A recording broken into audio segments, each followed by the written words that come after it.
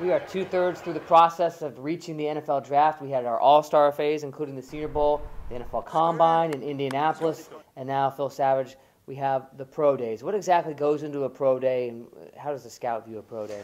Well, when you hear the word Pro Days, people automatically think 40 times, but there's really a lot more that goes into it on that particular day. First of all of the testing is administered, the heights, the weights, the arm lengths, the hand spans, the bench presses, the long jump, the vertical jump, all the shuttles, anything that can be measured takes place first, usually in the morning, and then the coaches are always there. Assistant coaches, could be coordinators, sometimes head coaches are there, and that's when the on-the-field workout, the position drills. It's a little bit limited at the Combine. This is a situation now where there is no time limit, and you can put the player through the paces. Typically at the large schools for about 15 minutes. At the smaller schools, there are workouts sometimes that last 45 minutes to an hour, and they really put these players to the test in that regard. And then really the third aspect of a pro day, in addition to the testing and the actual on-field workout, are the meetings that take place. And particularly with quarterbacks, a lot of the clubs will come in the night before, have a dinner, meet with the quarterback, really get an idea of who this person is, spend some quality time with him.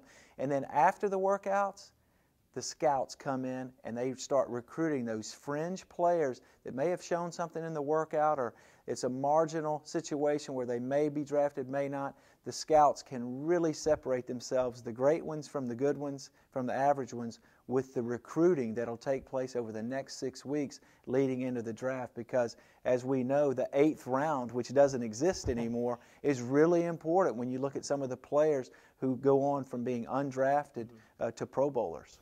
Give me some players, give me 4 players who have come to the Senior Bowl, done the All-Star process, went to the Combine, but maybe didn't do everything at the Combine. 4 guys who still need to prove something at this point in their pro day. Yeah, let's start with Johnathan Cyprien. As a matter of fact, today, on Thursday, March 7th, he runs at Florida International. He's checked off every box with the exception of the 40, and that's what people are really interested to see. Is he going to run in the 4.5s? Is he going to run in the 4.6s? You know, where is he at when it comes to the 40? A couple of other players that I would mention, John Simon, the defensive end from Ohio State, converted outside linebacker.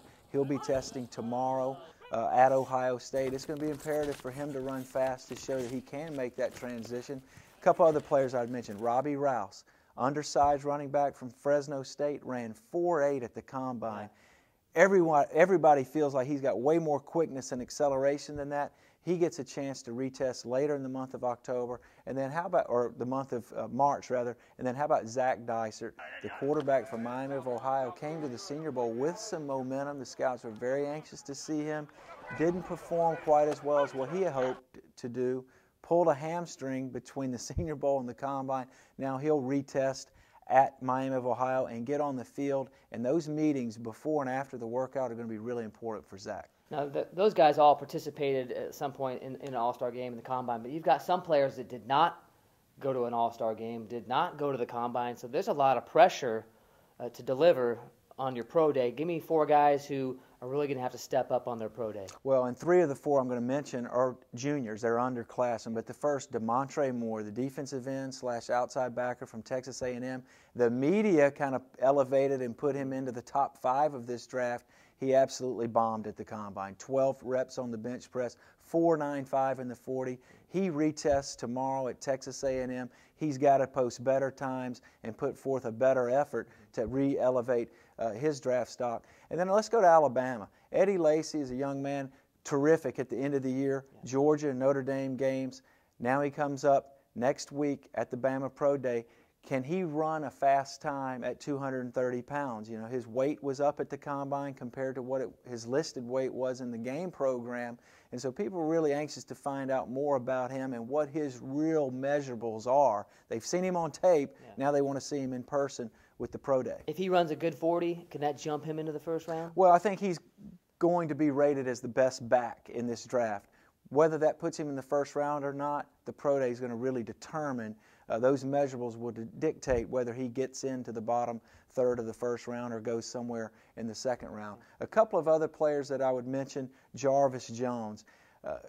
Terrific talent out of Georgia, began his career at SC, had a neck issue that people are concerned about. He opted not to work out at the Combine. He's going to do it all at Georgia on March 21st. This is kind of an all-or-nothing shot for him. He's projected as an outside linebacker. People in the top 10 are looking for pass rushers. He's one of those, so that'll be a big day for him. And then the last, and certainly not the least, but the one that's gotten the most attention has been Matt Barkley. And people might ask, well, you know, he's got 4 years worth of tape. He's the quarterback from USC. What else does he have to prove? The difference is he's coming off of an injury, and no one has seen him throw a ball publicly since he went down against UCLA. He missed the Senior Bowl, he missed the Combine, and now on March 27th he'll go out on the field at SC and throw and also run.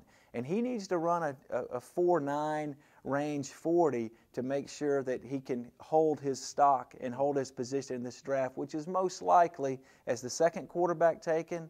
But this workout will go a long way in determining where he fits compared to Mike Glennon, Tyler Wilson, and some of the others that he's competing with.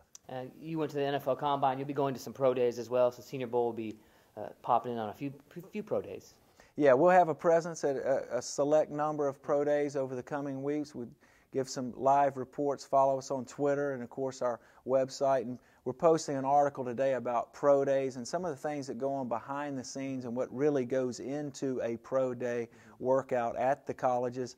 And all 32 teams have scattered across the country now starting last Friday, and this will go on all the way through the end of March. It's a very time-consuming and very expensive proposition, but it is kind of the final check on these players in person before the draft at the end of April. That's right. The draft is quickly sneaking towards us. April 25th, it'll start in New York.